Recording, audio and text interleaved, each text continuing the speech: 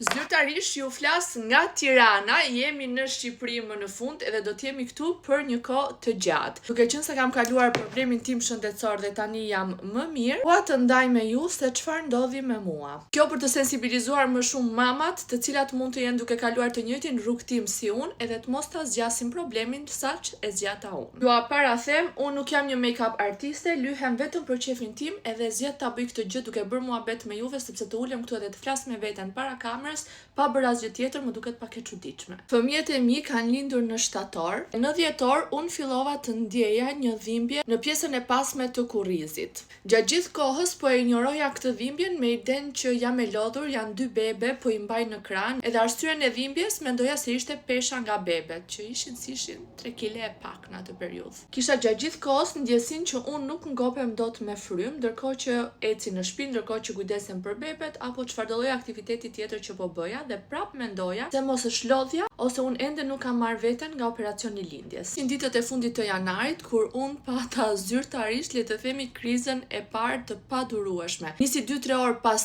darkës, diku nga ora 10 e pak, dhe zgjati deri në orën 2 të mëngjesit. Ndoshta ka zgjatur edhe më shumë, por nga dhimbja, edhe nga që nuk mundja të qëndroja dot më gjatë zgjuar, nga lodhja e fëmijëve gjithashtu, më zuri gjumi për të ngritur prap në orën 5, por në orën 5 dhimbjet kishin ikur. Kaloi një ditë dhe mu rikthyen sërish në po të njëjtën formë pas darkës 2-3 orë dhe zgjatën jo deri në 2 të natës, po kësaj radhe deri në 6 të mëngjesit. Iku dhe ky rast kaluan 2 ditë të tjera, pata të ftuar për darkë në shtëpi, ngrëm mish të pjeku, një nga armiqt kryesor të kësaj problematike.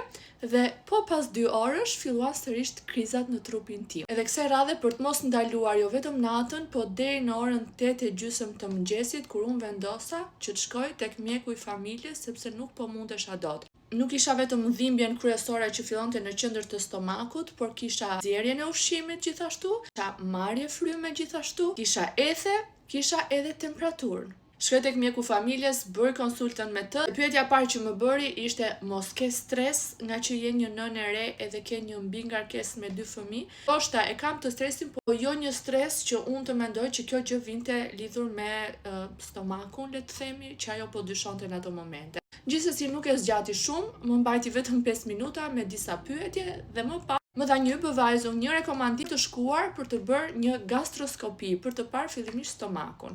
Dhe këtë gjë, për fatin tim të mirë, klinika tjetër ma caktoi për ta bërë për 4 ditë. Po ndërkohë ne për 5 ditë, pra një ditë më vonë, kishim për të ikur në Itali. Nuk kisha bërë kur gastroskopi në jetën time, po sigurisht kisha dëgjuar nga njerëzit që më rrethojnë, edhe nuk e di pse, po e kisha shumë frikë të shkoja edhe të bëja duke e njohur pak a shumë procedurën. Por pavarësisht kësaj, ditën e hënë në mëngjes u zgjova edhe shkova për ta bërë këtë gjë.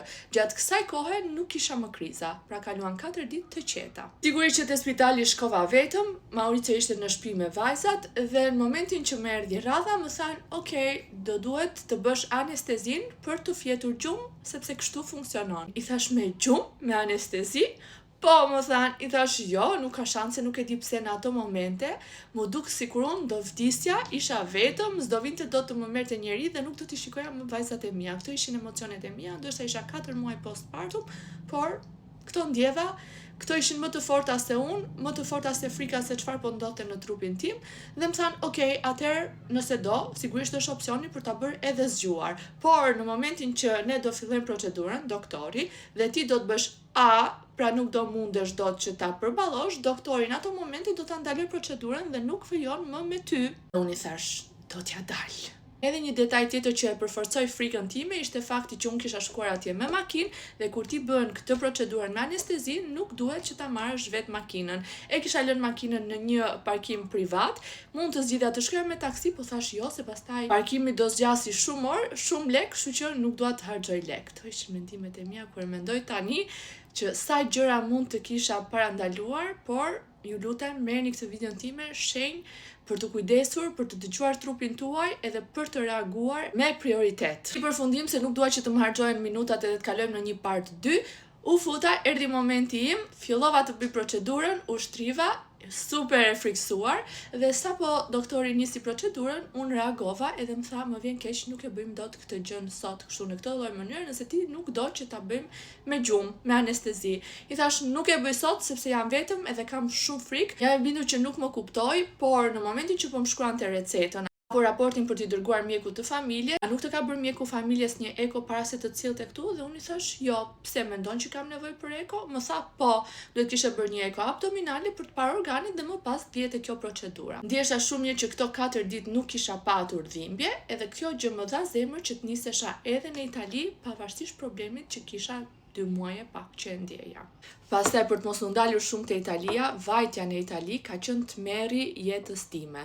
Kam shkuar mbi 4 herë në urgjencë, kam kaluar çdo darkë në tualet sepse kisha të përzjera, por jo të përzjera normale, por kisha tmerr, kam kaluar tmerr, njerëz nuk di si t'ju përshkruaj dhimbjet që kisha, dhe se si shkonte e gjithë gjëja deri kur më qetësoheshin dhimbjet, ose në ato raste që nuk më qetësoheshin dhimbjet, që shkoja në urgjencë për të marrë qetësues.